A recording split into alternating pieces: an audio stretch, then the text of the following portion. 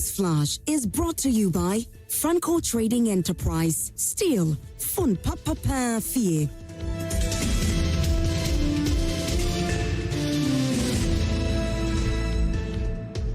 And you're still watching Prime Morning. My name is Roslyn Felly. It's time for what the newspapers are reporting. It's time for the big conversations around political issues. I'm here with Kwame Nkrumah-Botia. Good morning, Kwame Nkrumah. Good morning, Roslyn. How are you? I'm fine, looking good as usual. Thank you. You look good yourself. I like your haircut. Thank you. How is my sister? She's fine. We thank God. And the children. You're doing well too. We thank God. All right, so if you just joined us, and don't forget that you're part of the conversation, so send your messages to us on 055-157-5757, 055-157-5757. Now, today we'll be taking a look at what happened in Ablekuma North, the violence that took place in Ablekuma North. We've heard the Interior Minister speak on the fact that he's going to make sure that those perpetrators are brought to book. Is that enough? Can that actually curb future violence during elections? So knowing very well that Akwatia is the next coming up very soon, we'll be discussing that. And also, we'll take a look at what's happening in Bawku, where there is, a conversation that's ongoing that there should be an overhaul in Bawku with regards to the military because of certain happenings that's taking place, which is making the individuals there not too comfortable in engaging in their work. Be a part of the conversation as we make sure we delve deeper into that. And also we'll take a look at Tewu calling off their strike. What does that mean? Is it good news for us all? Well, we'll talk about that. And also, KMJ will be out to be talking to the drivers who are saying they will not accept the One Ghana energy levy that's supposed to be implemented. Be a part of our conversations from now all the way to probably 8 a.m.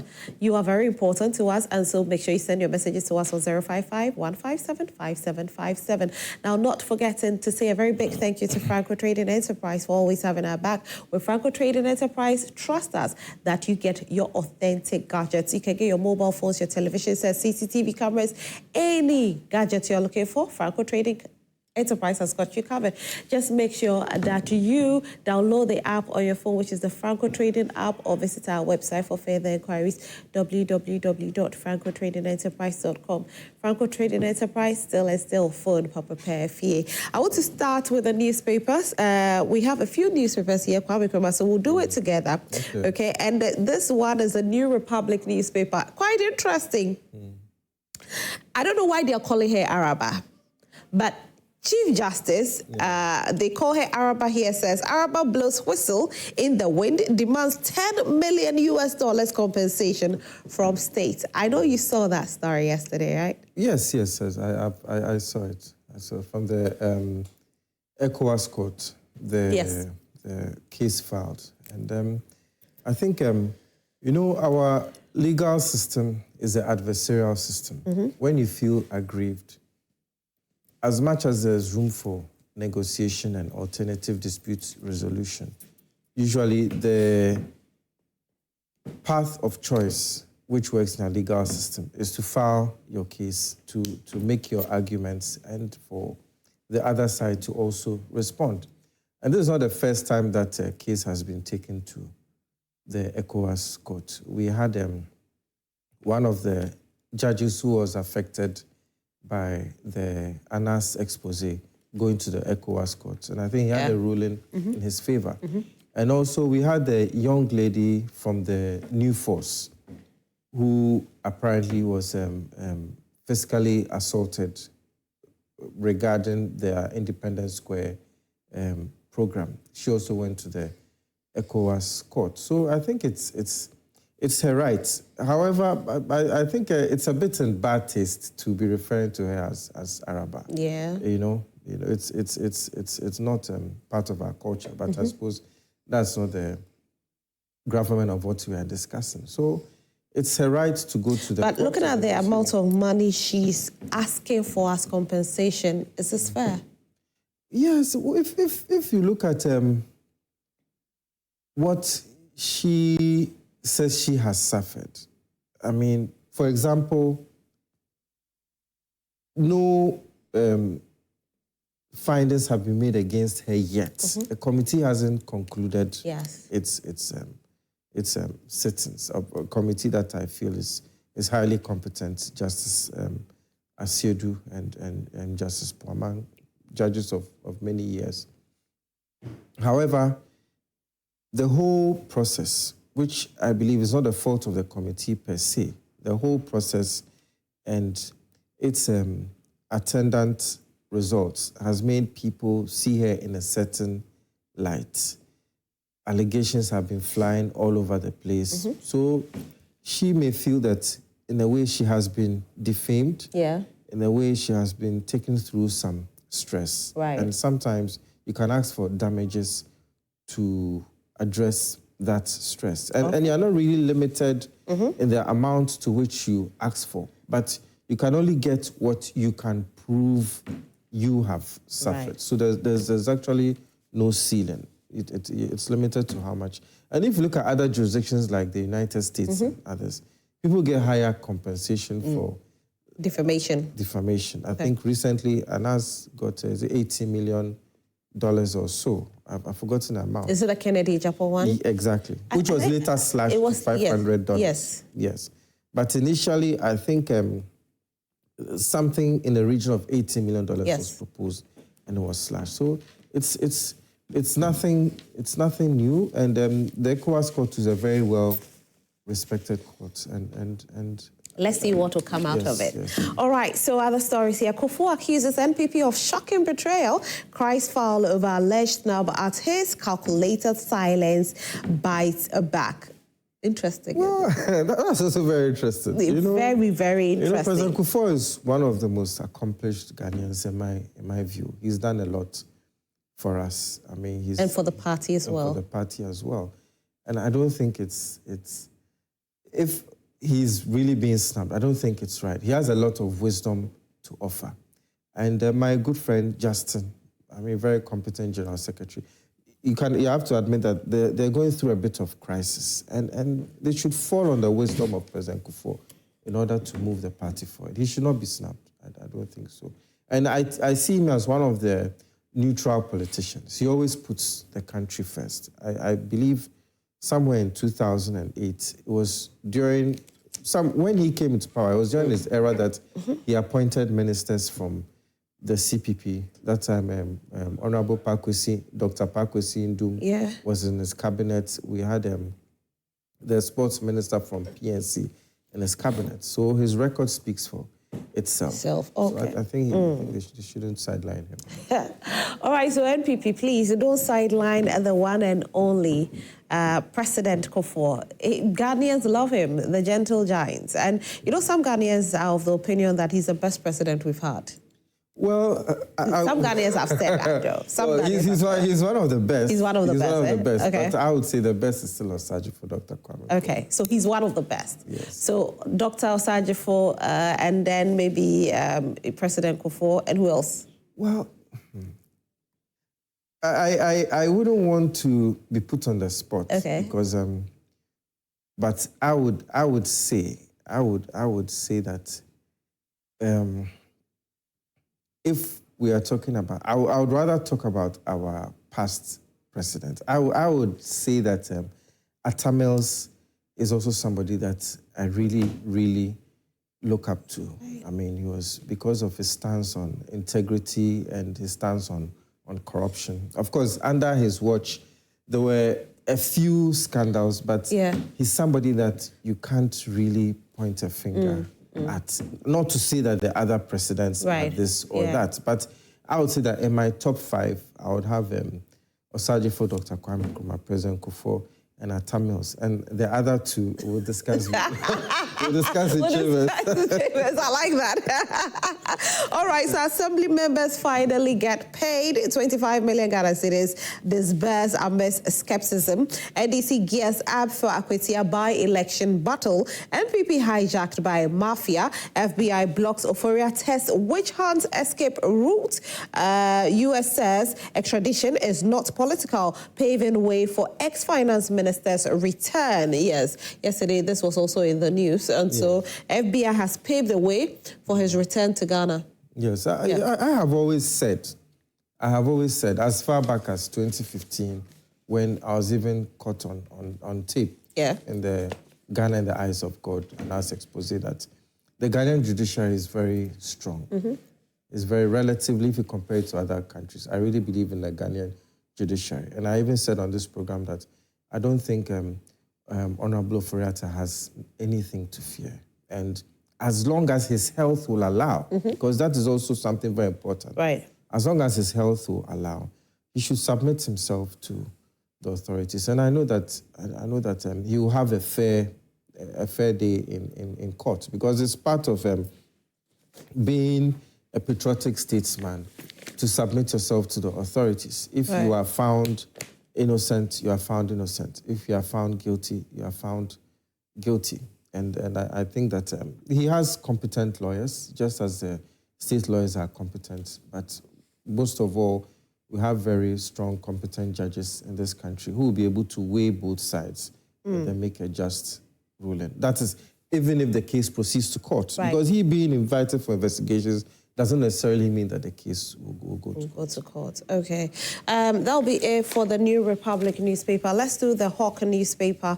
The Hawk, Kodria must go. NPP insiders demand a resignation.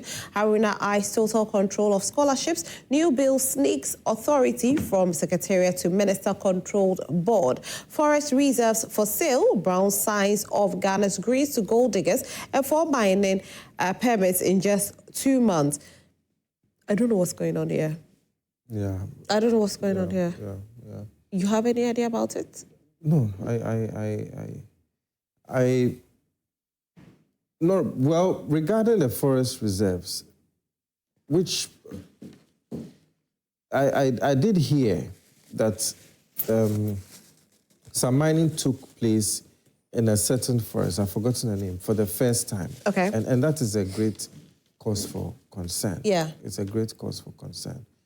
And after all the noise that we made about mining and its effect, however, if it is environmentally sustainable mining, if it is well regulated, because mining in itself is not a bad thing. The problem comes when it's not really regulated and it has an impact on the environment. However, I don't think our forest reserves should be given up for mining, because if you look at our forest cover, it's woefully inadequate. And we know that the forests are very important for the environment. So I think we'll need further details on it, right? Okay, so let me read a bit about it. It says, as Ghana grapples with environmental fallout of illegal mining, official documents obtained by the Hawk have exposed a fresh and deeply troubling dimension. The issuing of forest entry permits by the Forestry Commission itself effectively granting mining companies legal access to protected forest reserves. At the center of the scandal is Dr. Hugh C.A. Brown, recently elevated CEO of the Forestry Commission and a legacy appointee from the previous Akufo-Addo administration. Records reviewed by the Hawk reveal that Dr. Brown approved at least 4 forest entry permits in May and June 2025, alone authorizing mining-related activities in several forest reserves already under pressure from illegal mining. The beneficiaries include Gateway Exploration, JBF Associates, Ambi Limited, and PJ Minerals, all granted permission to commence exploration or gold mining in areas such as the Kajiase Forest and in the eastern region, Busum Kese Forest or Busum Kese or Busum, I suppose. Busum, yes, Busum Kese Forest in Bechem, Ofin Shelter Belt, and Jimira Forest in Ashanti region. Wow. It's not the best, but I don't understand. So what? He was elevated as CEO under President Akufo-Addo. That's what they're saying. I don't know when he was elevated, but I think the story says that he was appointed. He's a legacy appointee from the Akufo-Addo regime. Yes. So he was appointed probably to the Forestry Commission by President Akufo-Addo, and he has been elevated by the current administration. if I understand what the story is. That's what I think it is. But anyway, whatever it is, I think that we must get to the bottom of it and solve it. Yeah, yes. Before it's too late. Because we've been advocating for this for so long, and we don't have to sit aloof and watch it happen again. So if we spoke about it during last year's campaign season, we spoke highly about Galamsey, wanted to make sure that it ends, and it's not ending. And, you know, we wanted the repeal of LI 2462, and it's still there. It hasn't been repealed. Yeah. And we are hearing that some forest reserves are also now being mined in. Then there's a cause to worry. There's a real problem. There's a real problem. I mean, this Galamsey thing, it's a real problem. Anyway, let's do the Catalyst newspaper next. The Catalyst, U.S. clears extradition request of political bias, but Oforiatta remains elusive despite Interpol red notice. Victimized ACP, now DCOP, as 19 senior police officers are promoted. Interior Minister highlights security gains and digital reforms, and this will be one of our conversations because yesterday he spoke about the fact that he was going to make sure that the perpetrators during the Ablekuma North election violence will be brought to book. Yes, it was a very good call. And Honorable Muntaka, he's been one of my favorite politicians. You know, he's somebody that I believe he has a country at heart. And from the videos I've seen from the election, it was a very serious situation. And I'm glad he has come out to say this. And I hope the investigations will be expedited. And actually it ties in with your African proverb for today, which I think is very apt for what we are facing now. And I think it said that he who is destined for power does not have to fight for it. What we are seeing now is, it looks as if violence everywhere is illegal. However, when it comes to the polling stations, it looks like it's suspended. We have uninvestigated cases that have not seen the light of day during the general elections of 2020 and 2024 and other elections as well. And it's a great cause for worry. The Interior Minister should do his best. But most of all, we have to look beyond that. The thugs who are being used. Yeah. These are young men from our society. But vigilante groups were banned. So what happened? Or they are not? They now don't come out as vigilante groups, but they come out as thugs, right? Yes, more or less. It's the same thing. And the Act 999, which is a anti-vigilantism act of 2009, it bans all these activities. And I'm sure the Attorney General has seen the videos, and I agree that I'm sure that both he and his deputy, they will take action. However, we have to tackle the root cause, which is these thugs are part of our youth. Yeah. Until they are discouraged from doing such things, you always have them available, because a lot of the times they come masked. You don't know who is using them, whether it is this party or that party. But if you don't have such youth available to do what they are doing, then you not have this thug action.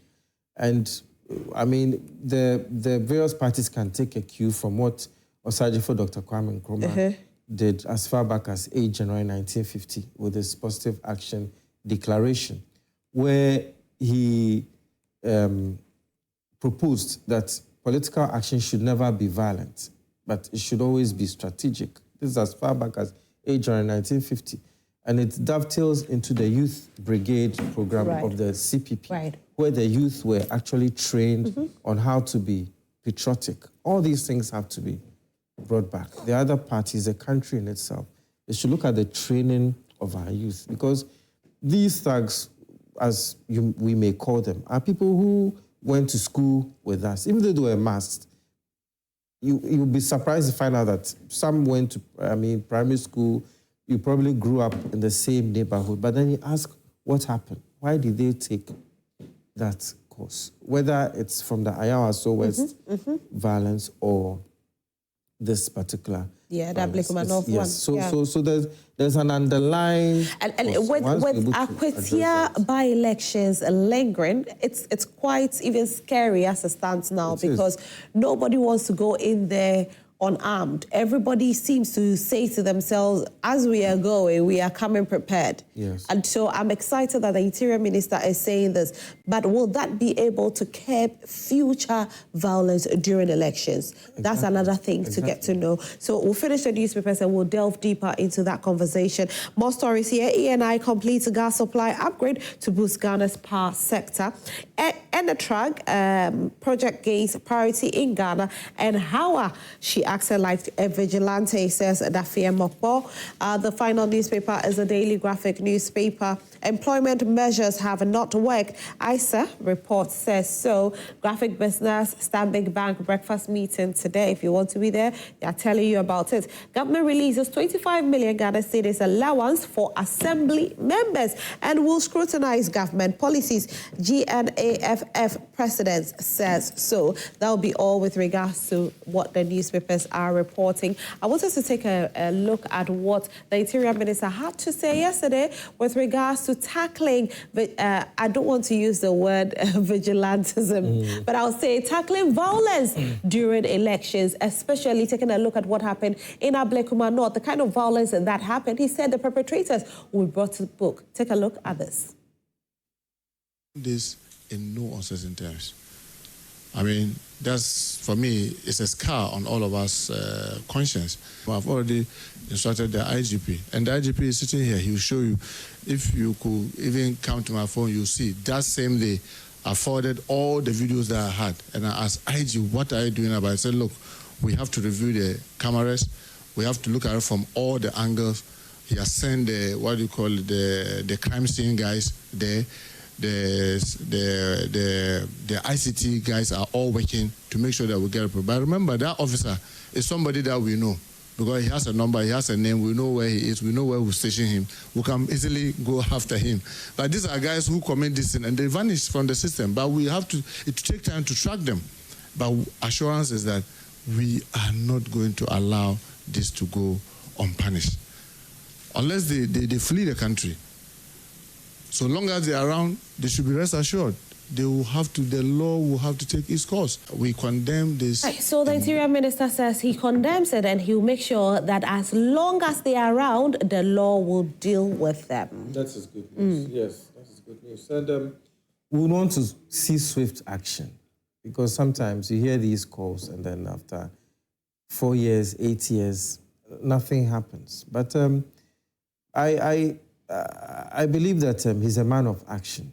He's a man of action, and then he'll act swiftly. We all saw the videos. Not all of them wore masks, and particularly worrying is the young man who launched his head at the person of Honorable Howard. It was really in bad taste. And as the CPP, as far back as 7th February 2019, we criticized the Ayawaso West war gun violence of 31st January 2019. And regarding this one, we've come out with a press release condemning what took place. Irrespective of political colors, nobody should be subject to such attacks. And I mean, talking about Honorable Howard Kumson, during the 2024 election, we all heard on radio, initially we heard 4 people had been shot by her bodyguards, and we heard 3, then we heard 2, then we heard 1, and now you can't even tell whether it really happened or how many people it were. And with these things too... We don't justify even the fact that even if it happened, it has to happen again. Exactly. You know, 2 wrongs don't make a right. Exactly. And it's about time we put a stop to this, because people will always say, oh yeah, you did it to us, and so we are doing the same to you. And that is why we are even worried now. Now, if the Interior Minister is saying that they'll make sure these perpetrators are brought to book, it's good. But to what extent will it prevent others from doing same during future elections? Because we are taking a look at Akwetia. You know, the passing of Ebenezer Alumire happened, unfortunately, which, you know, we are praying with the family, we are commiserating with the family. But as it stands now, somebody will say life must go on. Elections will happen there. Akwetia, Ablekuma North happened. Violence. NPP says we will not sit down to let that happen during the Akwetia by-elections. So now Interior Minister says, I will go after perpetrators. But what can he do to serve as an example and a deterrent from others doing same in Akwatia? It's a very, very dicey situation. You know, when the young man launched at Honorable Howard Kumsun, I saw one policeman pulling her away and assisting her. Yeah. But I also saw other policemen in the same video, more or less just standing around. You know, when the security agencies get involved, sometimes things can escalate, lives can be lost, and then people start tagging them as being enemies of the people. So it's a very, very thin line. But I remember that during the 2024 election, as part of the strategies, there were about 3 or 4 stages where the first stage is you have an armed police personnel at the polling stations. But then on the outskirts, you may have other armed policemen at vantage points. And if there was a real emergency, then you have the army called in. And with what happened, even if those who perpetrated this are arrested, indeed, it could take place again. So we also have to look at the visibility of the security services. It's okay to have them unarmed at the polling stations, but if you have their vehicles around, if you have, I think they have one of these vehicles that they used during the anti-Galamsey protest, the one which sprays water. The water tank? The water tank.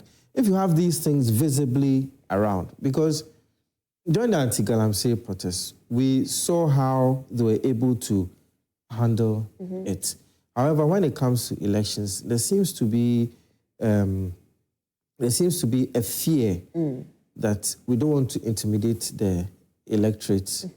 But the electorate are also part of the citizens. Is it this election or previous elections? Because we've seen previous elections.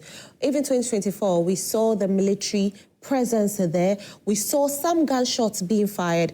If we take a look at 2020, we saw something similar even happening in Techiman. You know, gunshots were fired. I always say that I'm a barracks girl, and I know that even if you want to fire warning shots, you don't fire to the ground because the pellet can hit and pop up. You know, so if you are firing warning shots, it's into the sky. Exactly. But we didn't see that happening. This is probably in recent times, the first time we are going for elections in recent times without us seeing military presence. However, some people also felt the police was weak. That's why I say that it's a thin line, because firing into the air can also lead to a stampede.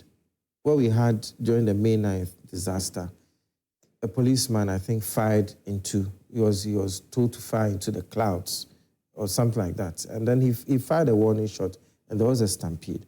So there are various scenarios that could arise if the police go beyond coming there without their weapons. So what may work is intense public education. Appeal to the conscience of people that what you are doing can come back and bite you. You understand me?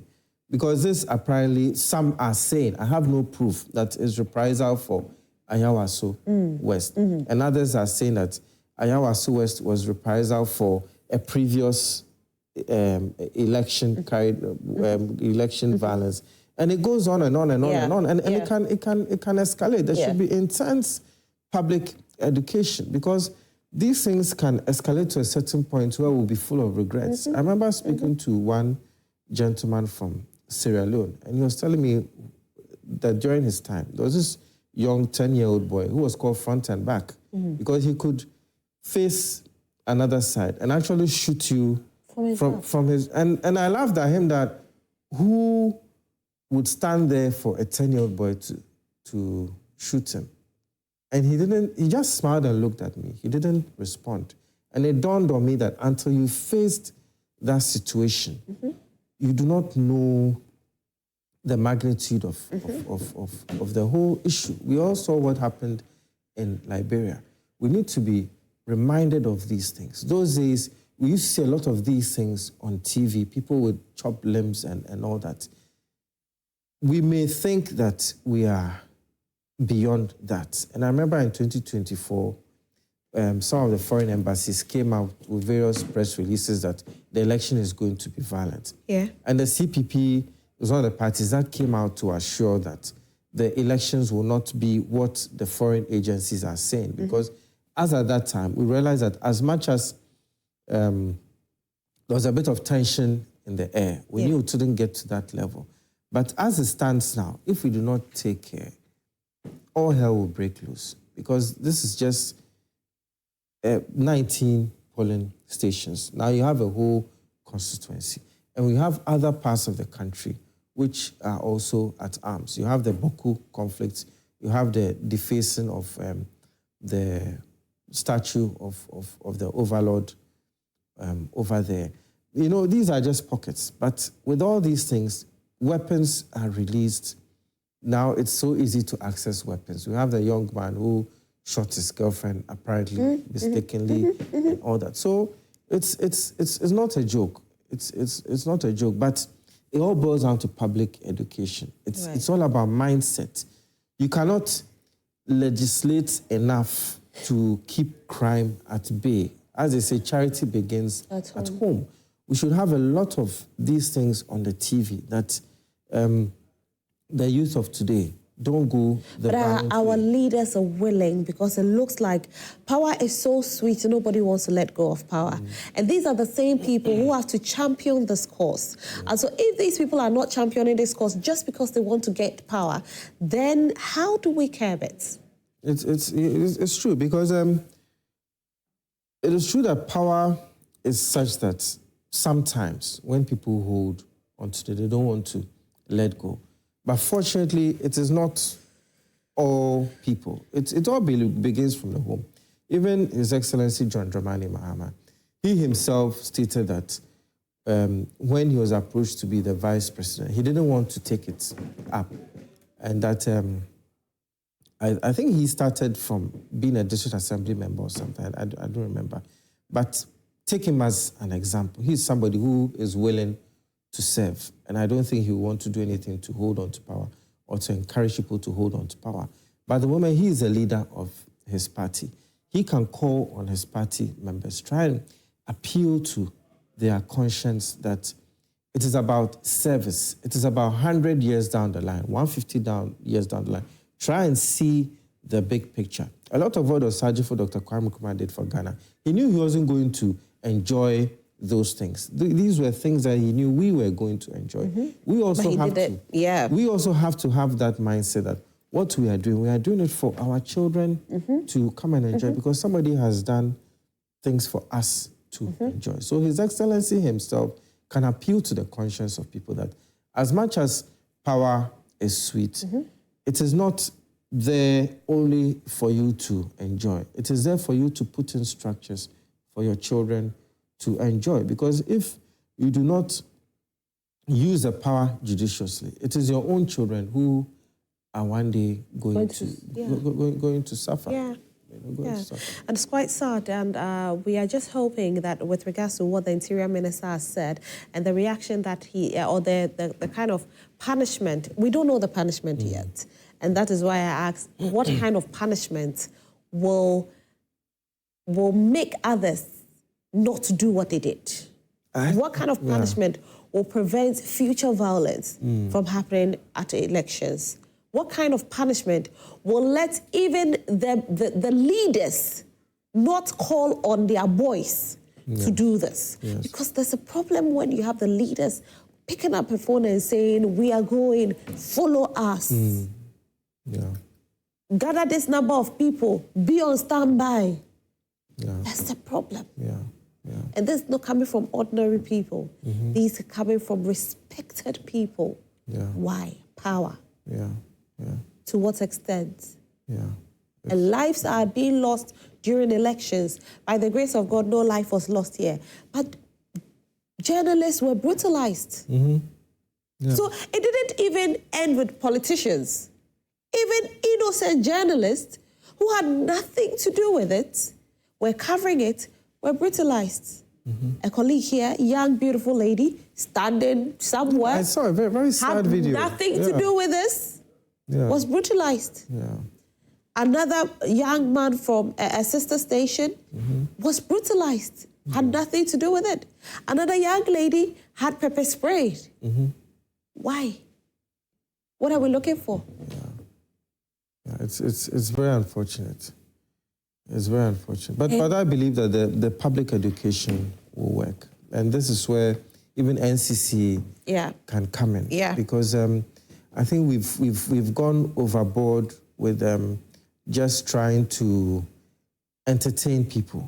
We also have to educate people.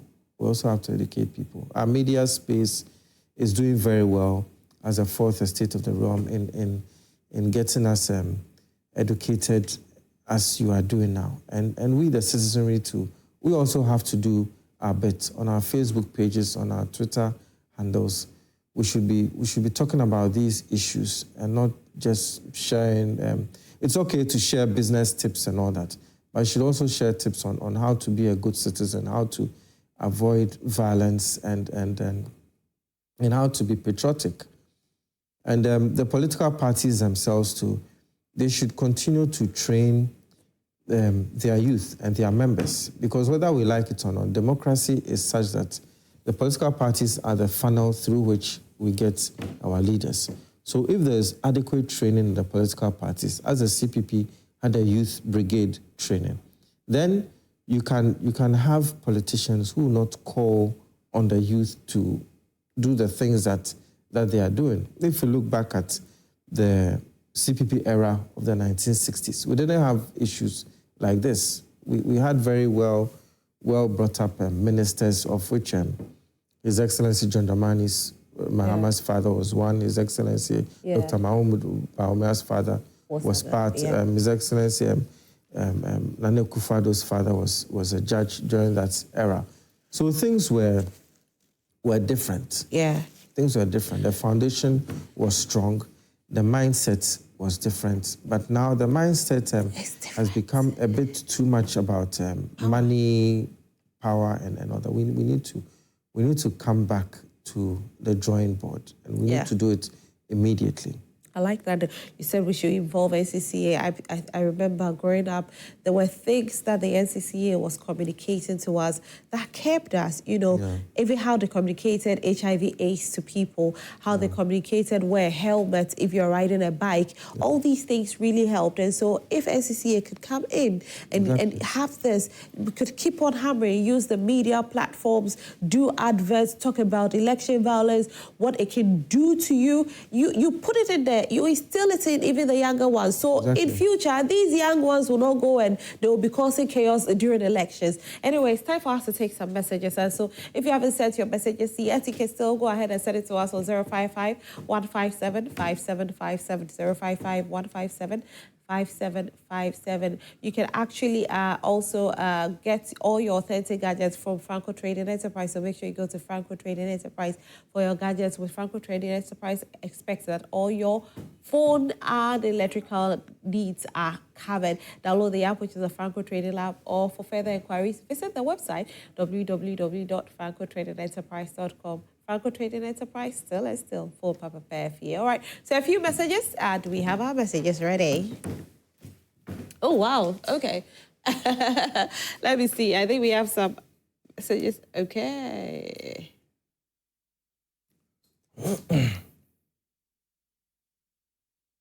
All right, so I'm trying to get the messages, and then we can read all your messages. We're trying to get the messages for you, and then we read them, okay? Sometimes these things happen.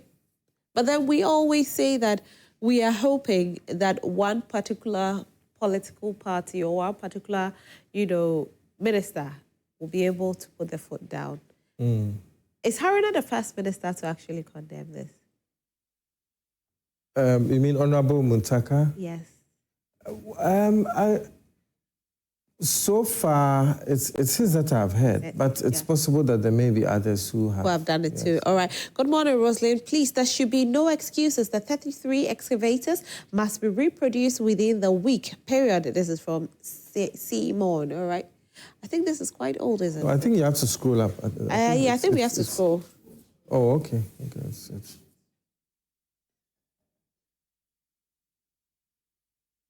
All right, so let me come and sit down as we work on this, and then we'll work on it, and then we can take it from there. Good morning, Joy Prime. The Interior Minister has to start from 2020 and 2024. Electoral violence crime has no expiry date. Salman Ferry says so.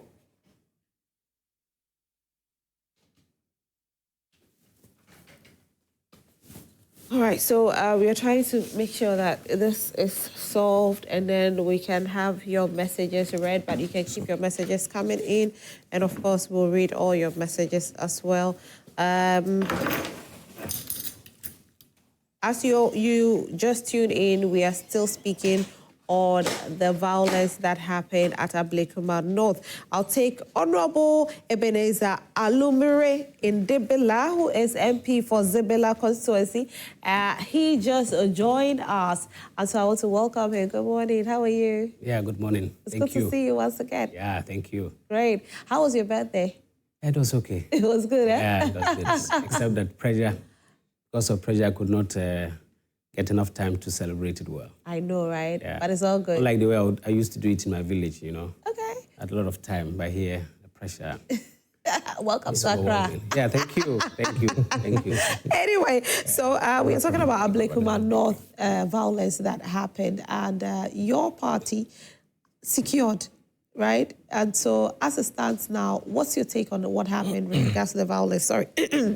Yeah, thank you very much. I think violence is not something that anybody, especially any political actor, should subscribe to or support. It's unfortunate. We all condemn the violence that took place at Ablekuma North. That is not the way we should go. I think we've come a long way in politics, in our democracy. This is the time that others are learning from us. And so once others are learning from us, we don't have to be demonstrating that that which others are yet doing, those who are yet starting are doing. And so I think that I join others, well-meaning Ghanaians in Ghana, in condemning the violence in Ablekuma North, and saying that moving forward, the security agencies should be able to put in measures that will ensure that in events like this, we have a very smooth sailing process. So at the end of the day, the process is credible and welcoming to everybody. Right. So that is what I think. All right, thank you on that. We've also been joined on Zoom by Colonel Festus Abuaje, who is a conflict and security consultant. Good morning, Colonel.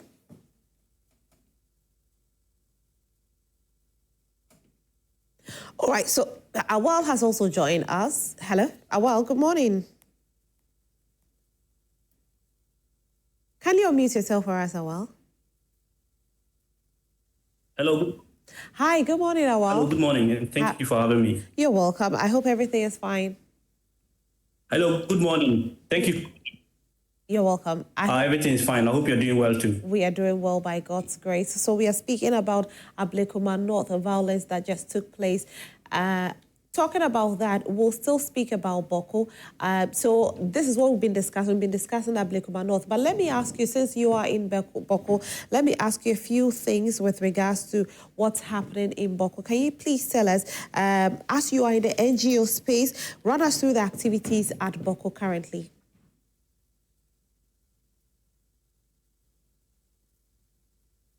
So pardon me, sorry, I didn't get the last part of your question. I'm sorry.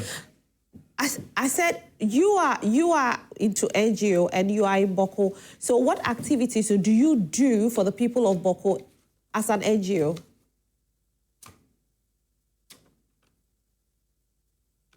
So basically, our effort is mainly around trying to foster the peace process with our partners and trying to promote an enabling environment for dialogue and monitoring security incidences in the area and then bringing it to the attention of those who matter so that they can bring proper strategies in terms of arresting the situation.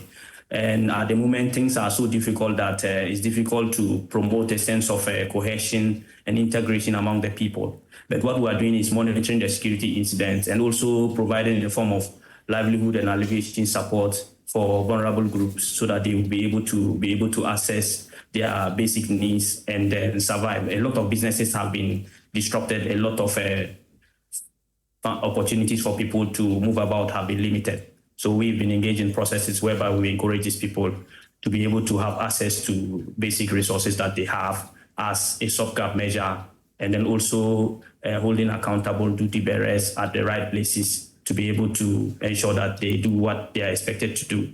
We also run a project where we are working to promote the integration between citizens, interface between citizens and duty bearers, so that they are able to we do that so that they are able to integrate with the duty bearers and demand accountability from the duty bearers, as well as promote livelihood initiatives.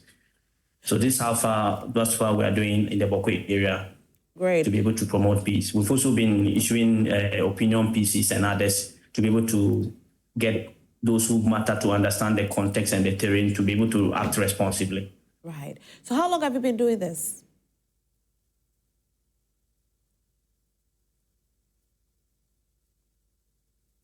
Well, Rise Ghana as an entity has been operating in the Bawku area since 2012. We started working with persons with disability to be able to access government services and resources that is entitled to them. And then we've collaborated with some local NGOs on the ground since that time around the issues of peace efforts and others. And how has this Bawku conflict affected you and your partners?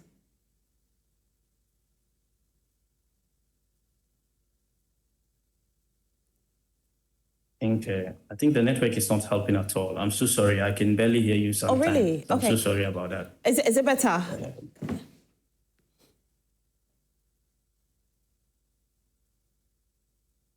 Is it better? Yes, it's better now. It's better Okay. now. So I was asking you how the conflict has affected. Yes, it's better, please. It's better. All right, so Awal, I was asking you how the conflict has affected you and your partners. Yes. All right, so... Well, so recently, just yesterday, we had a very high-level visit from one of our international donors, which is in the space of promoting, preventing violent extremism and others. They were supposed to have made a very important visit to some stakeholders in the region. Unfortunately, due to the happenings in Bawku, they've had to call it off. A lot of development projects that are meant for the Upper East region are affected. If you go to the market, you are not able to get certain basic things because a lot of farming happens in the Bawku area. And so in terms of the movement of these goods and services in the area, whenever there is an issue there in terms of disruption, it affects the peoples and they are not able to come. So all this affects the business potential in the area as well as the livelihood of the people. And one of the important things to also emphasize is the fact that, in fact, the political leaders in the region, particularly those from the Bawku area, are between the devil and the hard place. They have a very difficult responsibility of ensuring that they hold duty bearers accountable, they become impartial, they demand accountability from not just state authorities, but from the citizenry. We have a situation where increasingly we are not seeing this, but largely the political elite, business elite, and other technocrats are afraid to speak up on the issues that are happening in Bawku because they feel threatened. As we speak, the Ghana Revenue Authority, the Custom Authority talks about the fact that their revenue has dwindled significantly. If you know Bawku very well, you realize that there are 3 border posts there, okay, with Togo and Burkina Faso, and all this provide an international route for trade. But over time, this has been affected because of the fact that there's a lot of banditry activities, a lot of people are being accosted on their way and prevented from moving. So to the extent that international freight in terms of movement between Ghana and Burkina Faso for trade is limited. And this has significantly brought down the revenue of the area. And we are seriously need to have a national conversation around this subject matter so that political elite would not take advantage of the situation to promote themselves to the political limelight. And then Bawku needs, it goes beyond a political solution. it goes beyond an ethnic solution. We need a proper form of dialogue, a dispassionate dialogue that is non-partisan. And I'm afraid to say that some of the people we empanel as experts do not really know the nuances and the technicalities on the ground, and so they may end up inflaming passions without necessarily making reason to prevail. So we need to have a conscious, sustainable engagement with the young people so that the young people can understand that violence doesn't have any benefit. When you engage in violence, at the end of the day, nobody wins. And we need to be able to speak up as political leaders. Once we are elected to political positions, we should be able to speak dispassionately, irrespective of the political parties we belong. Unfortunately, when leaders who have been elected speak up, sometimes you see a lot of people come after them, and that has made a lot of the people reserved. And a lot of the, let me emphasize that I once said this on another media house, a lot of the information that we get from Bawku, 90% is propaganda and fake news, misinformation. So if you are dealing with issues around Bawku and you're not careful, you'll be engaged in furthering an agenda without necessarily knowing. So people can use your platform, people can use your media, your networks to be able to serious propaganda misinformation. All right. So when discussing Bawku, we need to appeal to the youth to let peace prevail and then allow businesses to be able to thrive and move about. All right, Awal, thank you so much. So on that note, we need to take a look at what the Interior Minister had to say with regards to what's happening in Bawku.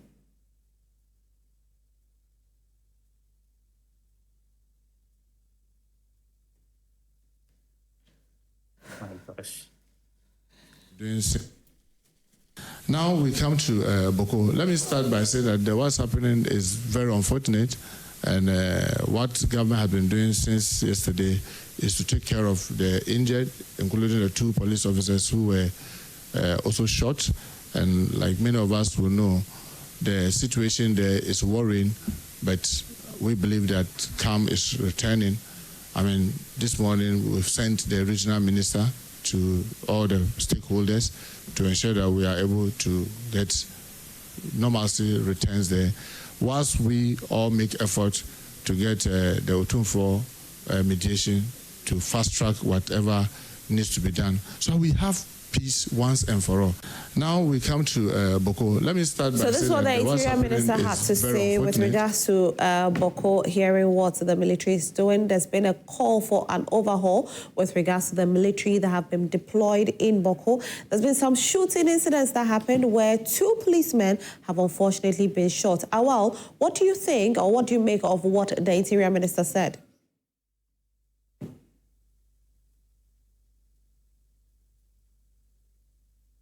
So I think that the Interior Minister, first of all, I think based on our monitors on the ground, I think that those that have been engaged in the shooting, we hear is military officers. So I am not very sure if it is police officers. But granted, I think they are in higher place in terms of the security apparatus to be able to tell. And I think that, there's a trend. If you look at these activities that are happening, there's a pattern. Okay, this is not the first time military officers have been accosted on the way, or they have been shot at or engaged in the military. And this is not the first time the military or the police have gone about being rowdy. I mean, there are a number of times that the military have gone overboard and then abused the rights of citizens. Yes, that we must admit. But there are a lot of times that citizens have also taken the law into their hands and actually caused harm to state apparatus and others. So I think that we need to be able to be firm on Bawku and then ensure that all those that are engaged in criminal activities are actively sought after and brought to book, and we need to divide politics from the whole issue. And I'll tell you that, look, the MPs from the area, if you observe their statements and others over time, you realize that there are certain times that incidents happen, they don't issue any statements. This is because inwardly they are afraid. They are being threatened behind the scenes by faceless, unknown gunmen and bandits. So we need to be able to call out some of these MPs to be able to, when you are elected as an MP, you represent all the people of the constituency, irrespective of their ethnic diversity. So we should be able to speak up against crime. Because if we don't do that, we'll be creating a dangerous precedent where I always say that leaders are the most vulnerable. As a political leader, as a society, community leader, and others, you are the most vulnerable. Because sometimes you don't have a voice. You want to dissent from the people. They don't want to listen to any voice of dissent or any voice of counsel. So leaders are vulnerable.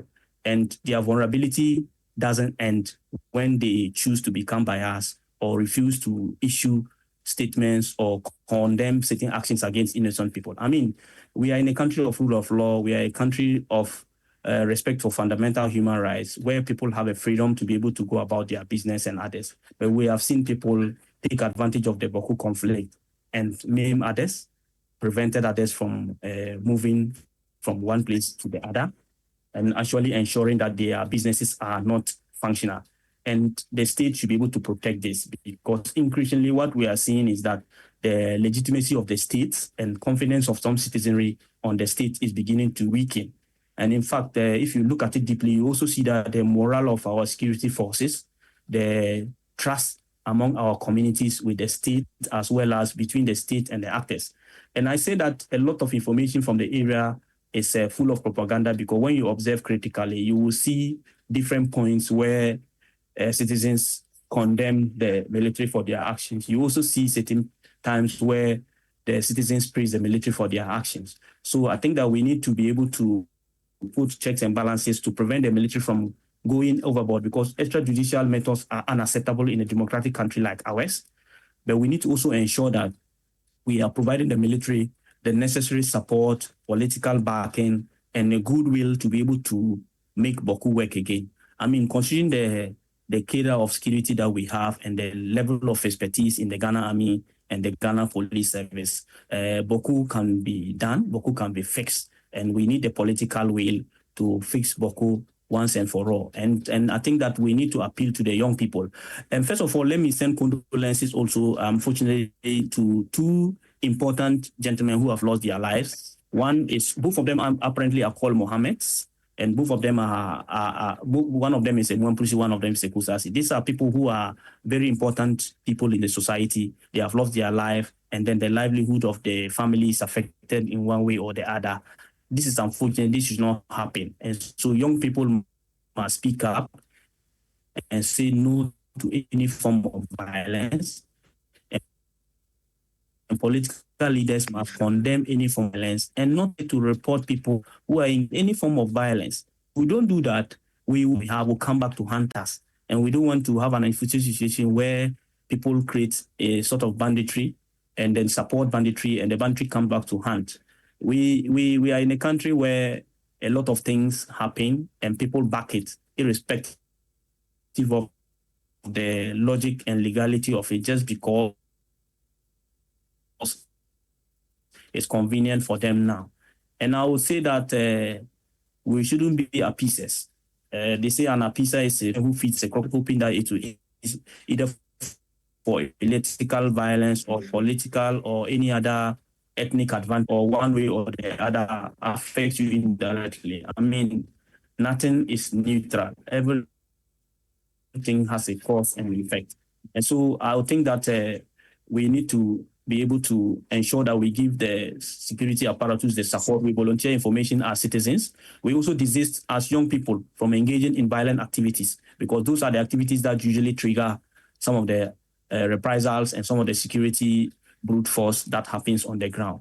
And then, so we must condemn all aspects of violence, all aspects of instability and insecurity in the area. It's unfortunate. And we must all speak in no uncertain terms against it, irrespective of whom it is against. We must speak up, because at the end of the day, all the people in Bawku are Ghanaians, and they have the same Bill of Rights that the state has a moral, legal obligation to protect, fulfill, and uphold. And if the state fails in doing that, unfortunately, people would resort to seeking protection from bandits and others, and this is not going to augur well for us. And I spoke about the fact that if you look at Bawku, it is an international trade hub with Burkina Faso and Togo. And so when we have a lot of violent extremists and insurgents around those countries, especially Burkina Faso, if we're not careful, they can use Bawku as an infiltrating point to be able to infiltrate our country.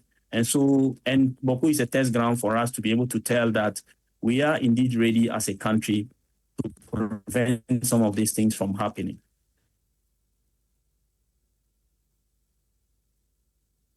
For peace in Bawku.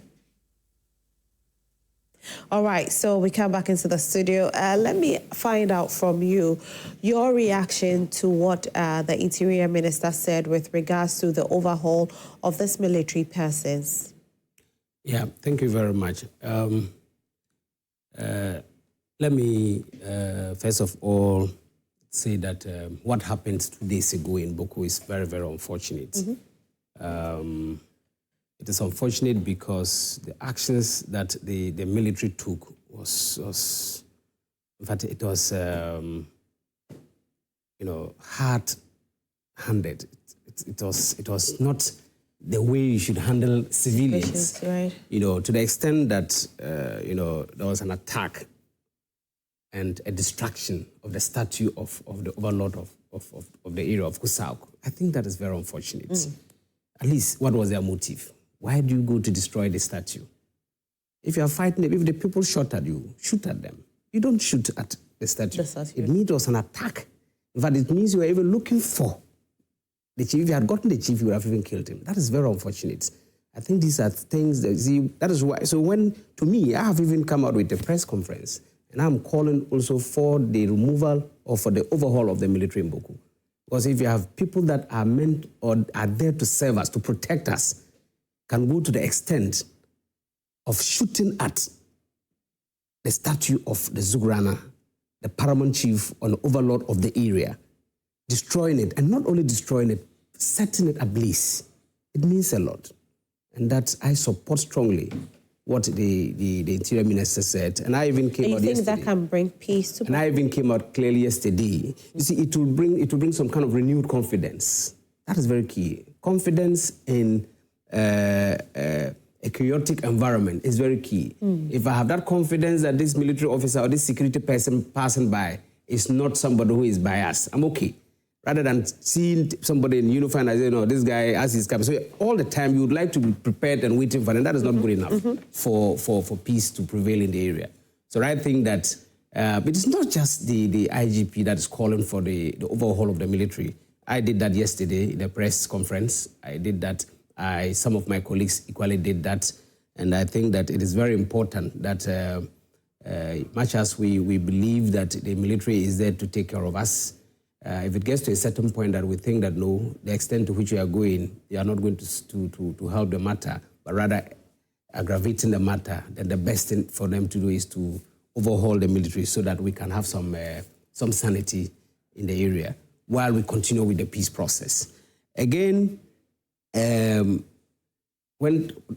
the shooting incident, a lot of lives were lost. I don't single out people. I know there were a lot of people who died. As of yesterday, I had the number about 6 or 7. My sympathies goes to all of them. My sympathies go to those that lost their relatives. I'm told the military also got wounded. Some of them also got wounded. Yes, so to me, I believe that we need to dialogue. But in doing the dialogue, let's foster some kind of confidence first. Let's make people, make the indigenes or the people within the area confident that the security apparatus around are there to keep peace and are there to protect them rather than seeing them as enemies. And this current crop of military that is there currently, I don't think that they are actually people that the people trust. We don't trust them. Right. We think that there's a need for them to overhaul them. So that to bring some kind of renewed confidence. And in doing so, I also call on the youth of the area to also stay calm. Peace is a process. Peace process or conflict resolution is a process. It's not a one-stop event or an event that we can just get one day to get it resolved. It has to take some levels of engagements. Right. And that engagement is currently ongoing. So I call on the youth. Talking about that, I just want to find out, how has this conflict affected your constituents? So badly. I'm from the Bawku West. It's the same area. It's like Ablekuma North, Ablekuma South. So I'm from the West, and where the epicenter of the whole show is in the central. So Bawku West, Bawku Central. So it's very dire. It has cost us so much. Business activities have come to a halt. Bawku used to be a business hub. Bawku used to be a business hub. We were bordered to about 2 countries, Togo and then the Burkina Faso. And so there was some BRICS business going on in Bawku until the conflict erupted some few years back. And so it has affected a lot of businesses. People had to move out. There's a lot of capital flight. People had to move out with their resources because they cannot be sure their businesses are safe. Most of the government institutions have run out of Bawku. There's no banking institution in Bawku Central again. There's no GRA, and the rest have all moved. Some of them have opened satellite offices in my constituency, Ndebilla. And it's making life very unbearable for people in the Bawku and my area in all. And you see, because of the nature of Bawku, several things are affected. My people passed through Bawku, Bawku West passed through Bawku Central to go to Sankanse, that's Togo, for business activities. All those things have been halted. So it's affecting a lot of business activities. And so we are all out for peace. We want the place to return to normal so that the people of Bawku can get back to our normal activities and get back to the old days of our business activities where everything was possible as far as business was concerned in Bawku. Right. Now, talking about that again, as a member of parliament in Bawku West, you said? Ndebilla. Ndebilla. Yes. No, but around Bawku West. Yeah, sure. Fantastic. Now, have you had conversation with security couples in those areas, and what have they revealed to you? We've had some engagements with them. What they tell us is that you mean processes leading to this? How processes leading, security-wise, what are they doing? All of that. What are they saying? What's the security saying? I think the security situation now is a bit calm. But, honestly, the processes leading to this particular event is very problematic. On that particular fateful day, what happened was something that I sometimes don't understand why things like that should happen. I was home, then I received a call that some military officers were doing an escort from Boga to Bawku. And when they got to Ndebilla, they had to block some of the routes, adjoining routes, entering the main route. They blocked those routes with military vehicles. And people coming from those routes, if you just bump into them, you don't know that you are not aware that people have blocked the road. And so on your way, they say one of the key routes is the hospital road. And somebody's come from the hospital, he doesn't know that there's somebody who has blocked the road, and you just bump into them and they start beating you up. That's where the whole process started. It started that way in Ndebilla. Then they led the team to the escort to Bawku. Got to highway. Highways is one of the key areas in Bawku. It's out of the market centers in Bawku. They got to that place, and a similar thing was happening. And that is where the youth now resisted. The youth said they will not take that. And that is where the shooting incident started. And then the whole thing went haywire. Wow. Kwame Nkrumah, let me bring you into the conversation. You have lived in the north before. I have. So hearing these things, it's just something else for you, right? It is. And I was very encouraged by Honorable's message yesterday. I listened to him on a sister station yesterday. And I think he really assuaged my fears, and he made some very, very good points. Indeed, the North is very important to not just me, but the CPP. As I always say, for my national service, I selected Upper West, and that is where I did my national service. And Osajifo himself, with his free education policy, started from the northern region. And the CPP has always known that is the area where a lot of Ghana's prosperity will come from. And even now you can see gold is being found and all that. So anything that happens in the north is very dear to the CPP and myself and all Ghanaians. And it's a great cause for concern. And I support the calls for the overhaul of the military. However, my question is, if new military personnel are brought, will it really be different? I don't know how long the current military men there have been there for, and I honestly don't know how the military operates on a day-to-day basis, but I was of the of the understanding that there are rotating deployments where people are taken and taken elsewhere, and then new ones brought. And I suppose also whichever military personnel are there, whether the current ones or future ones, I believe there should be aspects of their training which allows them to deal with situations such as this, because we should also understand that the pressure that they are under can also lead them to make some mistakes. This is not new. If you look at the Iraq conflict and the PTSD and some of the human rights abuses carried out by the Allied forces there, and I suppose it's something that happens with every military deployment, and they are citizens just like us.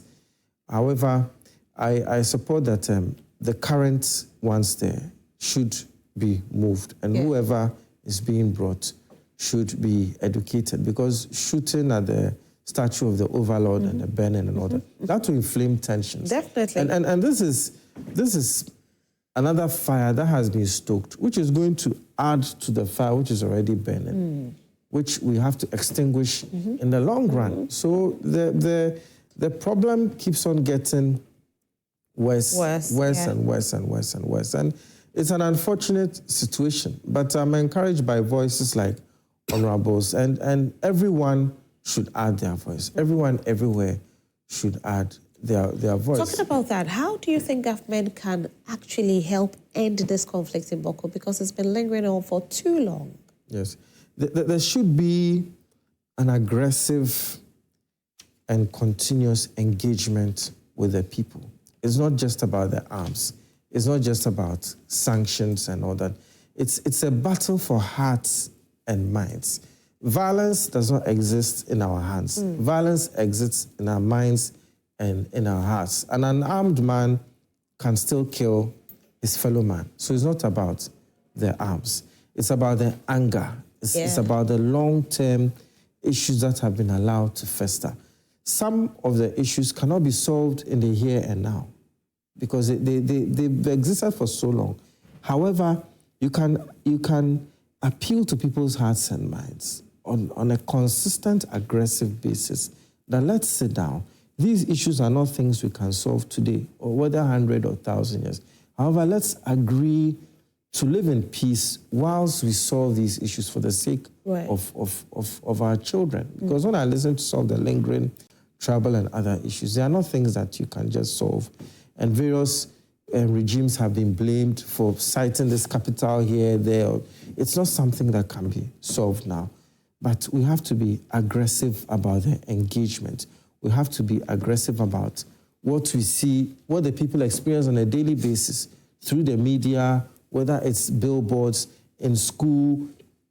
There should be continuous pumping of this peace message into their mindset. We are aware of what you are going through. We are aware you feel as if you are being occupied by a foreign body. Right. Because I'm not there in Bawku, but with the vivid description that Honorable just gave, I can just imagine coming from the hospital or going about my business and there's a roadblock. I will be justifiably enraged. I'm not encouraging anybody to be enraged, but I can just understand. I leave the premises of Joy FM now to go somewhere else, and the road is blocked, and I'm being told that a convoy is passing by, so I should wait. But I have somewhere else to go. I will feel as if, am I a citizen in this country? So if anything, it looks as if the militarization is not working. There should be a de-escalation or demilitarization, because it's not working. As paradoxical as it may seem, it looks as if rather toning down on the arms and the curfews and all that, and rather engaging the people is what will work, because the arms haven't worked. Exactly. They haven't worked. Exactly. You know, sending in the security and all of that, it hasn't worked, and it's been happening over a period. Yes. I have to ask you, Honourable, the same question, because you actually go there all the time, and you have a communication with the people all the time. What do you think government can do to end this conflict? I think the first thing is that there's the need for a political will. You see, what is the crux of the matter? It's about chieftaincy issues. But that has long been settled.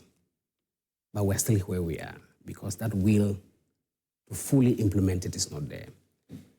But we have come to a point that at this particular moment, we're seeing some kind of signs that shows that we're getting closer to finding a solution to this issue.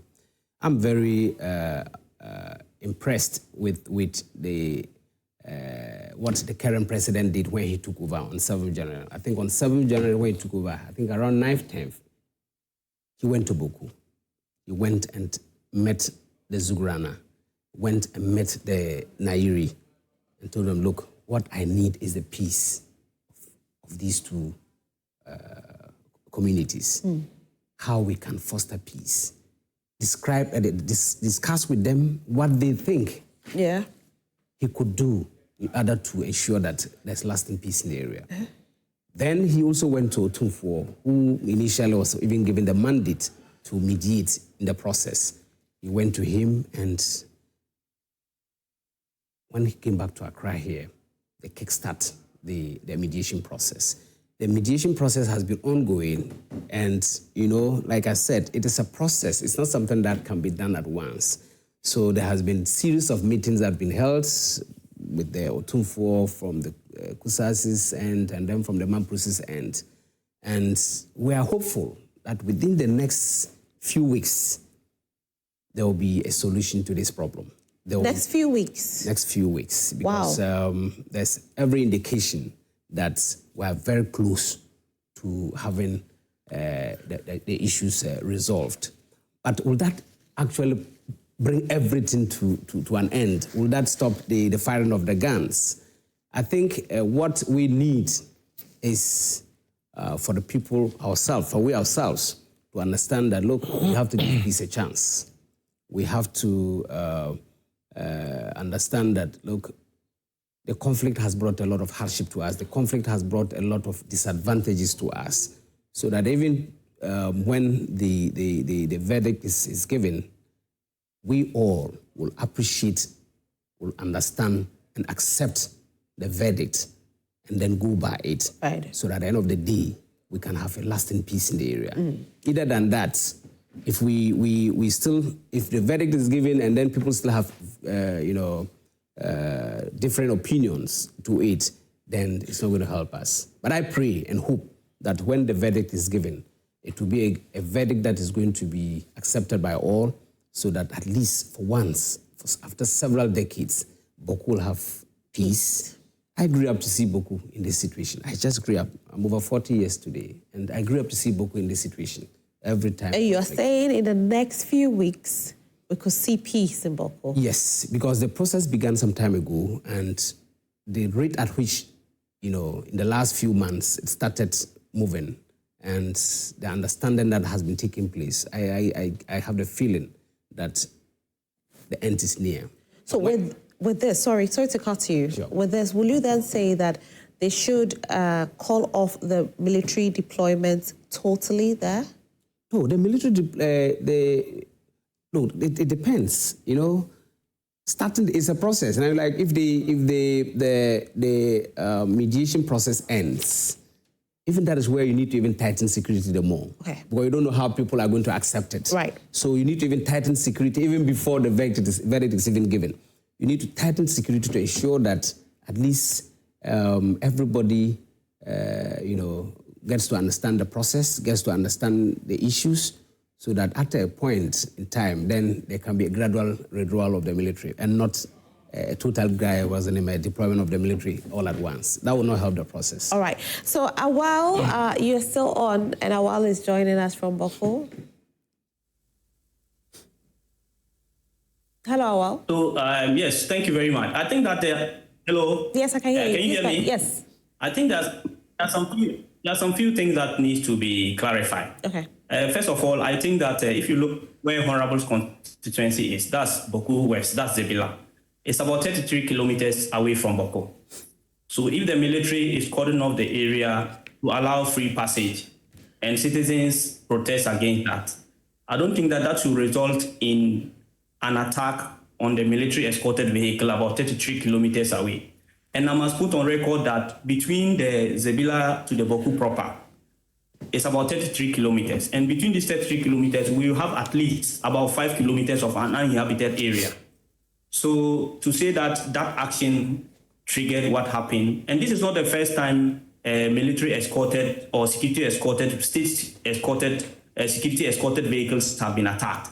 And so we must call out some of these actions because violence begets violence. And it's unfortunate that these things are happening. Nobody should justify. The actions of the military in some situations are high-handed, yes, but under no circumstances should civilians be using weapons and attacking state authorities. That should be condemned in no uncertain terms. We must put this conversation in such a way that posterity will catch all of us for our conversations. Number two, the call for the military to be relocated from the area. We had a situation where a chief in one part of northern Ghana was killed. If we're not careful with the kind of conversations that we are having, we may expose our leaders, we may expose people to risk. It might become politically convenient to say that the military should be taken out of the area to appease our followers, to appease our constituents. But at the end of the day, is it the strategic thing? How many times haven't the security contained the situation and prevented and foiled a number of attacks in the area? You see, the military, we hold them accountable as much as possible. But when they also come under threat, they barely speak. And the fact that they barely speak, we as ordinary citizens must once in a while put it straight up there and encourage our fellow citizens not to do anything that will undermine the security processes. And so the political will, linking the whole conversation around political and then talking about settling, appeasing our followers and constituents would not help us because we create a system whereby we set a dangerous precedent. In fact, there are times that we have picked information in conflict areas. The accusations of the military became so overboard that the security and the apparatus decided to coil back, and the repercussions were huge. So we must understand that, and Honorable must get to understand the facts very well. I think that it's not true. It's not entirely true that it's the blockade of roads in Ndebilla triggered that attack. I mean, this is 33 kilometers away. And so if there's an action in Ndebilla, and those actions, what is the basis for those actions blocking the main road? There are a number of times, countless times, where security have come under fire. So if they are calling off areas to prevent any or foil any attacks, I think that that should not be justification for anybody to shoot at them or trigger. And that shooting for about 20 to 30 minutes, they were engaged in crossfire, the military, when they were escorting some citizens into the Bawku proper. And this triggered the attack, and we must situate the conversation that way. All but right. Any action that we try to subtly or condemn, we must be careful about so that there are longer repercussions of it. Thank you. All right. Okay. So I think Honorable wants to react. I think Awal is not, he's not saying the facts that I have mentioned here. What I said was, I never said that the incident in Ndebilla triggered the Bawku incident. I said they did that in Ndebilla, and I got the feedback, I got the report. And then when they got to Bawku highways, they did similar things, and the youth resisted. That's what I said. I never said that it was what happened in Ndebilla that triggered the Bawku incident. No. But when they got to highways, that was exactly what they did again, or similar thing they did again. And then the youth resisted. And that was what brought the fire, the exchanges. That's what I said. Again, I also didn't say that the military should be taken out of Bawku. That's not what I said. No, you didn't say that. But he said nobody asked, he said asking the military to be taken out of Bawku. I never said so. I said that there should be an overhaul, a replacement. That's exactly what I said. And I'm sure that's even what they I heard you yesterday. Yes. Yesterday also. So I never said Even that. right now, he said that. Even when I asked the question, should they be taken out? You said no, because the security is very important. And when the decision is made, you need security there to make sure that there's peace. Simple. So I never said that they should be taken out of Bawku. But we need an overhaul to bring some renewed confidence. So that the people have that confidence that the people that are there taking care of us, are protecting us, keeping us safe, are neutrals. And so we can have that confidence to be able to... Look, see, modern security system is such that it's good to have some very good relationship with the military or the security apparatus. It's not good you see yourselves as, we see them as these are, fearful people. We don't need to integrate with them. There's a need for integration. But where you have that suspicion, how to be integrated with the person is a problem. So I'm calling for an overhaul and not a total withdrawal of the military in the area. All right, thank you so much. So on that note, we are hoping that peace will prevail in Bawku. Awal, thank you so much for joining us. Thank you, and I apologize to Honorable for misunderstanding him. But whatever overhaul might be based on evidence on the ground and justified activity, whether they are effective or not. Thank you. All right, thank you so much, Awal. And also, we are moving on to our next conversation. So, Honorable, you want to wrap up on this one? Yes. So, what I would want to add here is that Bawku is for all of us. The current state of Bawku is not something that we all want. In fact, we don't sleep because of Bawku. We as leaders are always having series of meetings trying to see how best we can bring lasting peace to the area. And so I would not like to sit on national television like this to say something that will even inflame passions in the area. I want peace. And so I will call on the youth to stay calm, which is very key. They should stay calm and have confidence in leadership. That leadership is working in the interest of Bawku. We are not here to work in our own interest, but we want things that will help inure to the benefit of the area so that at least at the end of the day, we all as people from that area will have that kind of peaceful environment to live in. So I call on my youths in the area to stay calm. We are with you. We go through what you are going through. We may not be on the ground with you, but whatever you are going through, we are feeling the pain. So have faith that at least you have people who are representing you and you have people who are fighting in your interest. Fantastic, Honorable. Kwame, you want to say something about that? Then we move on to our next conversation. Yes. I would say that I also saw some headlines which were along the lines that Honorable wanted the military removed, and I was a bit alarmed. But after listening to him on air last night, I realized that is not what he said. He asked for an overhaul. So I'm glad there was a clarification. All right, thank you so much. So Tertiary Education Workers Union have finally called off their strike after the National Labour Commission spoke to them upon negotiations. They have agreed, but then the group insists that its demands are valid. We are being joined by Charles Arthur, who is the chairman for KNUST, TEU GH, or TEU Ghana. Good morning, Charles. Good morning, my lady. How are you? Fine, thank you, by the grace of Almighty God. How are you too? I'm doing well by God's grace, and thank you so much for joining us. All right, so the strike has been called off, and the first thing everybody will ask is if the conditions have finally been met. No, Labour Commission said the two parties should meet tomorrow, God willing, and then they will now hear as the substantive matter.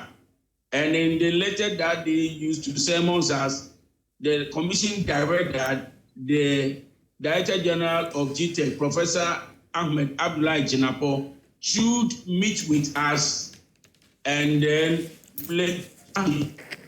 inform the question. But as we speak, he has not met with us, and we are preparing ourselves to meet with the Labour Commission tomorrow at 11. All right, but you've had initial conversations with the Labour Commission, right? What are they telling you? The Labour Commission initially said that we did not properly serve them with the letter for the strike.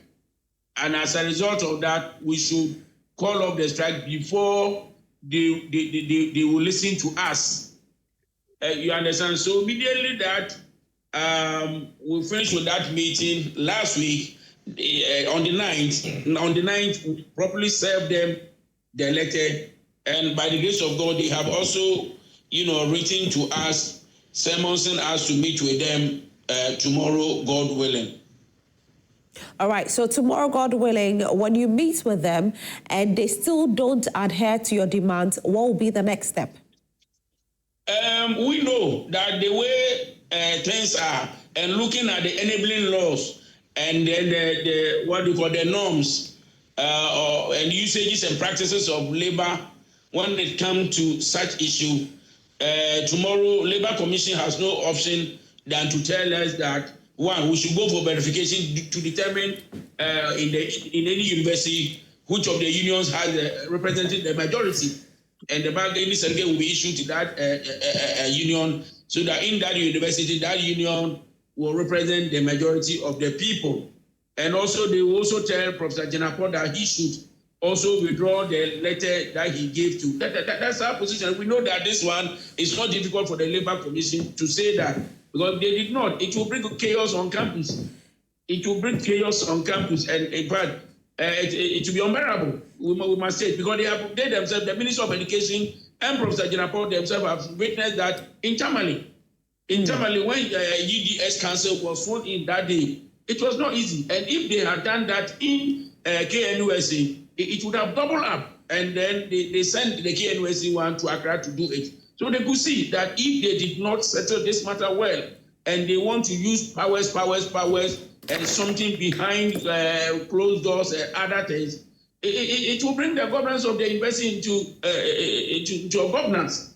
And we pray that it will not reach there.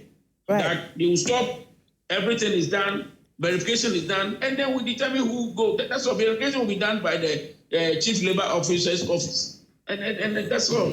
Right, but why is the representation so paramount to Tewu GA, a representation of you having a member in the University Council so paramount to you?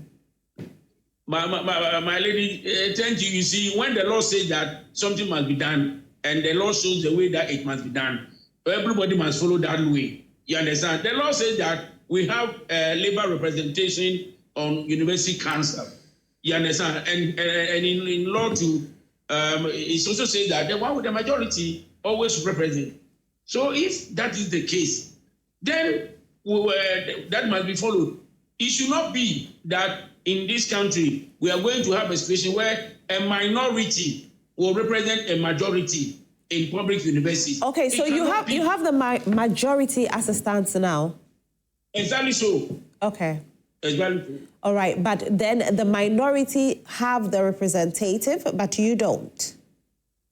Yes, the minority has the representation on the council because we're with them, and then we have separated. And Labor Regulation 2007, LI 1833, Section 10.1 says that anytime we have more than one unit in a particular undertaking, the Chief Labor Officer will be notified, and then he will do verification to determine which of the unions represent the majority of the workers and issue with the bargaining certificate. And it is this bargaining certificate that will enable you to represent the people. So if you don't have the bargaining certificate to represent the people, then you are on the council doing what? You cannot. And in Ghana, minority cannot. So we all have to encourage the authorities, Professor Jenapo and Minister of Education and Minister of Labor, that look, let's do the verification and within shortest possible time and know who carries the majority, and then we move on. Rather than using technicality, because using a technicality will not help the system. You understand? Right. We interpret law to promote governance. You cannot obstruct it with technicalities, and people must understand that if you want to use technicalities, you are only bringing confusion. Promote law, governance, its interpretation. This is what you're saying. Okay. Is this why you broke away from Tewu? Oh, the reason why we broke away from them, Tewu is having so many people. When we say Tewu, TUC, it means that we have some in the public university, some in the technical university, some in the non-teaching staff in the what do you call it? The GES, library board, so many. And the most important thing is that the general secretary, and the national chairman, who will lead you in negotiation or in any represent you anywhere, you are everywhere, have not worked in the university before. The current general secretary, King James Azotiba, has never worked in the university before. He was just a finance officer at the Tewu TUC. and by election he has become general secretary. How can such a person lead me? And when you come to the university, UTAG, we have UTAG members, GAWA, we have GAWA members, senior staff, we have senior staff members, FUSA, we have senior staff members. All of them are working in the university and they understand the university system. So it is unfortunate for us that previously our members joined them. And that's why we don't fault those who joined them, because at that time the university were 3. KNUS, Lagos, and UCC. You understand? But now we have plenty of universities, about 60 universities. We cannot allow our destiny to be manipulated by somebody. It can be. All right. It can be. Okay, Charles says this can't be. Let me start with you, Kwame Nkrumah. So, Charles, I'll definitely come back to you on Zoom, okay? So please hold on to me. Let me come into the studio. Now, Kwame Nkrumah, till GH is not too happy with what is happening. Yes. Do you think they have a fair case here? I find it a bit difficult to... It's a complex issue. Yeah. It's a complex issue. I know they want representation on the governing council. Yeah, University Council. On the University Council. However, some of the points made by Charles. By Mr. Charles are a bit difficult for me to understand as to the General Secretary being a finance person, so he cannot represent them. I don't think his colleagues would have voted him as General Secretary if they didn't believe in his abilities. Right. So it looks like the issue becomes more and more complex as we go along, because democracy is like that. The people vote for who they want, irrespective of the person's background or education or whatever you call it. People listen to you and feel that you can carry forward their voice. So this introduces a whole new dimension. Is it the General Secretary they do not want? That's why they want their own representation. Then it will be a bit unfair, because the voice of the people has to be adhered to. You cannot say that the people have elected somebody we do not want, so we want to put somebody new there. But be that as it may, the National Labour Commission has ruled that they should call off their strike, and apparently the strike has been called off, which is good news. But going forward, if such but you heard him. He said even if they meet Labour Commission and they don't have a consensus, they'll still go back on the strike. Well, I do hope they reach a consensus, but from the points made by Mr. Charles, it looks like a consensus may not be reached per se, because one of his complaints about the General Secretary, I find that a bit unfounded. You cannot remove an elected representative because you, in your personal opinion, do not feel the person is qualified. Is that his personal opinion, or is that Tewu GH opinion? Well, Tewu GH, but he has already been elected. Yeah. You have to respect the voice of the people. You cannot claim to know better than the people who elected him. So I hope some middle ground is found. But coming from this premise, it's as if they probably may want the removal of certain personnel before they can go for it, and it will be unfair on those elected personnel, including the General Secretary. So I do hope they reach a consensus. Labour issues are very complex issues, because I believe every quarter we have one union or the other going on strike, and it's not limited to Ghana. It's almost everywhere. So it has to be given the needed attention, because whenever they go on strike, it has a ripple effect on all of us, whether those in university or not. So I pray that as usual there could be some consensus building, because nobody is a power unto themselves. You have to listen to everybody's voice, give everybody the needed attention, and through that, I'm sure they'll be able to find a way forward. Honourable, this is a case whereby he says that they have the majority, however, they don't have the representation, and if it's by law, they should have the representation.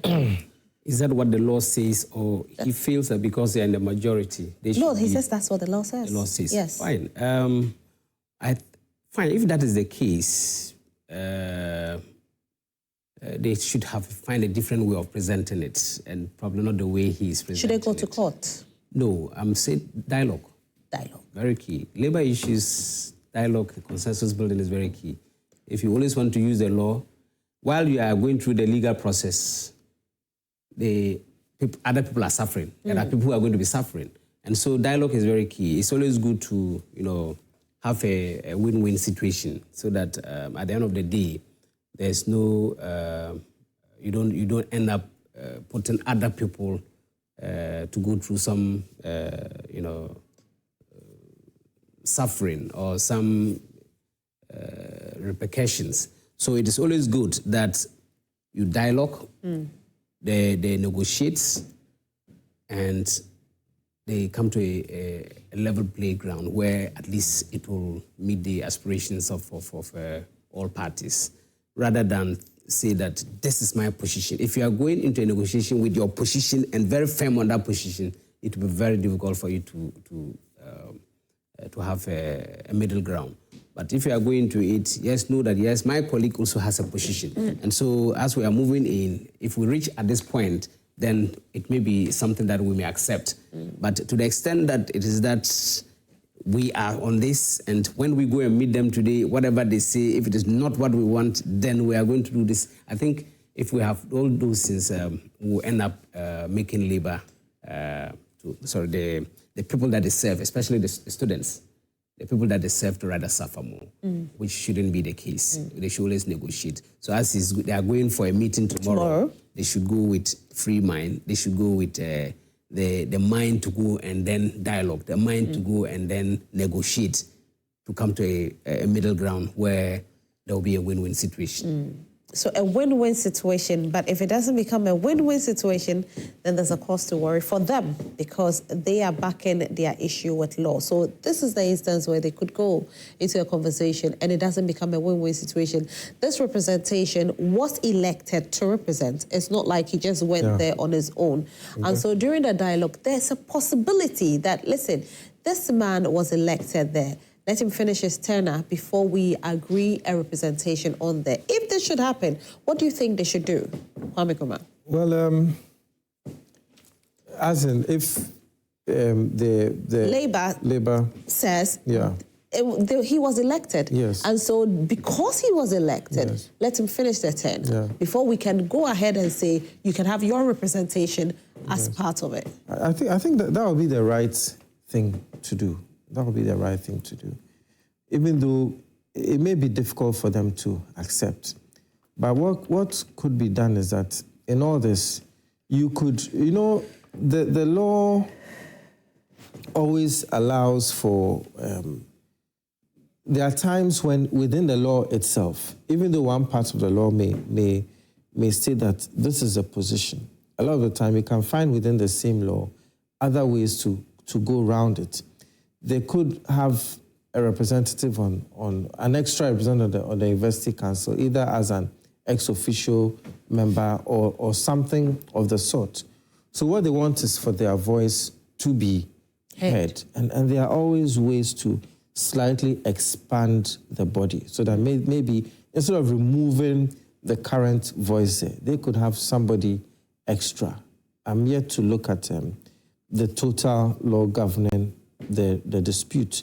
But if it allows for appointment of ex-officio members or something like that, then I suppose that we can make an adjustment for that. Rather than removing those there, we ask you that, okay, you can bring one person there to probably represent. Maybe the person may not even have voting rights, but at least the person will present your views, and after every meeting, the person will also come and report back to you, because sometimes people, they don't want to be kept in the dark as to decisions that are being made. Because they feel that they are a powerhouse in themselves, and rightfully so. If you feel you have the majority, sometimes you feel you are being, you need to be heard, and you also need to hear.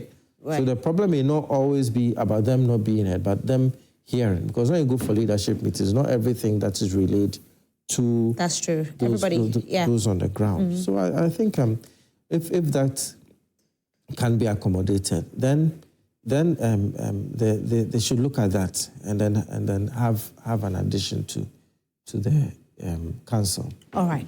Thank you so much. Let me go back to Charles so I can wrap up with him. Yes, Charles, with regards to the comment Kwame Nkrumah made, will that be a satisfactory comment if it's told you by Labour Commission? Thank you, my lady. My lady, let me give some explanation, small explanation. Okay. Because it seems it's like somebody is there and we are going to quit. That's not the case. Okay. The issue has become so complicated because Professor Abraham Majinapo, the Director General of GTEC, is the one who is creating the problem. The law of the Labour law says that Section 79(1) of the Labour Freedom of Association to join union of your choice and whatever it is there clear. Now we are with TUC, and then there has been separation. What the law says is that when there is a separation and there's more than one union, they do the verification, and the one with the majority will be giving the bargain certificate. This is so simple. It has happened in some unions before, Health Service Workers Union and Medical Laboratory Association. It happened. When they go to know that medical laboratory has the majority of the workers, the bargain certificate was given to them. It is in our case that in the public universities that it has become so difficult that they don't want us to do that. You understand? So it is not like somebody somewhere, somebody is going to take that person away. No, it is that now we have two unions in public universities. One is called TEU GH, one is called TEU Ghana. And then a verification will have to be done. You understand? Wait. So I was going to ask you, so there's TEU GH, that's TEU Ghana, and then TEU TUC. Yes. Good. You nearly confused us here. Oh, sorry. You have TEU TUC and then TEU Ghana. Right. I am for TEU Ghana. Yes. So these are the two unions that we have in the public universities. You understand? So the verification will have to be done. Very simple. And then the one with the majority in every university will be giving the bargain certificate to represent the workers in that university. Okay. It's as simple as that. But the argument is this. That's what we want the panelists to see if they can help. The argument is that if you take KNUSC Act, it says that one representative of Teachers and Education Workers Union, Teachers and Education Workers Union.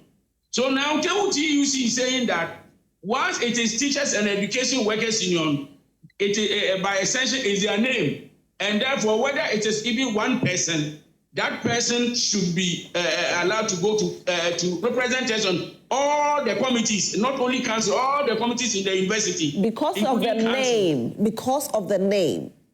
And we are saying that, look, if it is the name that you are talking about, then we are sorry. Because the name in the act is Teachers and Education Workers Union. Your name, your registered name at the Registrar General Department and at the Labour Department is Teachers and Educational Workers Union of TUC Ghana. So even though the name in the act is identical to your name, it's not the same. So this is where we are, and Professor Jinapo is trying to back them. And we are saying that you cannot back them with it if that's the name, because you, Professor Jinapo, you are GTEC, Ghana Tertiary Education Commission. But when you look at KNUC Act, it is Education Commission. Yet you have representation there. Why is it that the name has not been changed and you have representation? So name nomenclature has nothing to do with representation. It is the people that have to be represented. But Professor Jinapo did not want to understand this. And has brought all this confusion and then chaotic situation on campus. So had it not been him, this will not be a situation, this will not be anything difficult for us to know. You understand that if you are talking about the name here is not your name. You understand? You have your registered name, Teachers and Educational Workers Union of TUC Ghana. It is not the same as Teachers and Education Workers Union, which is a generic name between the two of us. All right, Charles. So we wish you the very best tomorrow when you have the meeting with Labour Union. Thank you. Have a good day. Hi. All right, and Charles Arthur is a chairman for KNUST TEU GH, and I'm just praying that they reach a consensus tomorrow, Honourable, because as it stands now, it's very, very dicey, very, very dicey, and it doesn't look like any of them is going to back down. Yeah, I think the main problem I have observed from Charles's presentation is like there's some kind of broken trust. Yeah, they don't believe in the middle person. You know, they don't believe that GTEC is. They think that GTEC is by us, and that is where the challenge is. So, but we hope that when they go to negotiations table tomorrow, everything will be smooth, and then the best interest for Ghana will be served. Yeah. And Kwame Nkrumah, why can't they have two representations though? Well, I think... And it's not represent, peace will prevail, so that everybody will be at peace, you know? I think he made a very valid presentation here. You have somebody, a coopted member. Who might not even have a vote, but will still be the one to relay the information. It's very necessary. It's very necessary to have everybody's voice heard. It's extremely necessary. And I think they should take another look. I mean, during his second presentation, I understood him better. I think I understood Mr. Arthur better. And I hope that they're able to do that for them.